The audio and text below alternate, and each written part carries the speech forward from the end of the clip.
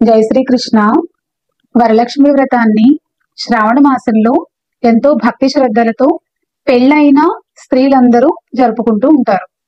భర్త యొక్క సంపదలు అభివృద్ధి చెందాలి అని, వారి పిల్లల యొక్క విద్యాబుద్ధులు చక్కగా ఉండాలి అని ఆశిస్తూ వరలక్ష్మీదేవిని కలశ రూపంలో పూజిస్తూ ఉంటారు. ఈ మాసాన్ని దేవీ మాసం అని కూడా అంటారు. ఈ మాసంలో అమ్మవారిని పూజిస్తే అనుగ్రహం లభిస్తుంది అని పురాణాలు చెప్తున్నాయి.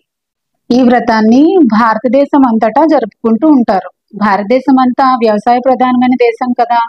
ఏదైనా ఒక పంటలు పండించేటప్పుడు, విత్తనాలు నాటేటప్పుడు, వరి నాట్లు వేసేటప్పుడు, ఇలా ఏదైనా సీడింగ్ చేసేటప్పుడు ముందుగా భూమి పూజ చేస్తూ ఉంటారు. అలాగే విత్తనాలు నాటేటప్పుడు అమ్మవారిని, లక్ష్మీదేవి సంపదలకు నిలయం కదా, ఈ పంటలన్నీ చాలా సమృద్ధిగా పండాలి అని చెప్పి అమ్మవారిని ముందుగా పూజించి ఆ తరువాత ఈ వరి నాట్లు వేయడం అనేది ప్రారంభిస్తూ ఉంటారన్నమాట. ఈ వ్రతాన్ని చేసేవారు అమ్మవారిని 8 శక్తులుగా భావించి పూజిస్తూ ఉంటారు.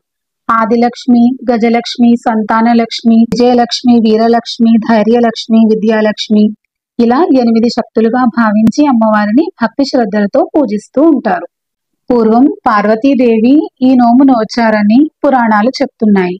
అలాగే చారుమతి అనే స్త్రీ తన భర్త యొక్క దీర్ఘాయుష్షు కోసం, సంపదల కోసం ఈ నోము నోచిందని, ఒక రాజస్త్రీ ఇది విని ఆమె కూడా నోచి తన రాజ్యాన్ని అంతటినీ కూడా కాపాడుకుంది అని, ధనధాన్యాలతో తొలతూగింది అని మనకి పూర్వగాథ నడుస్తూ ఉన్నాయి. ఈ రోజుల్లో భక్తి కన్నా బడ్జెట్ ఎక్కువైపోయింది.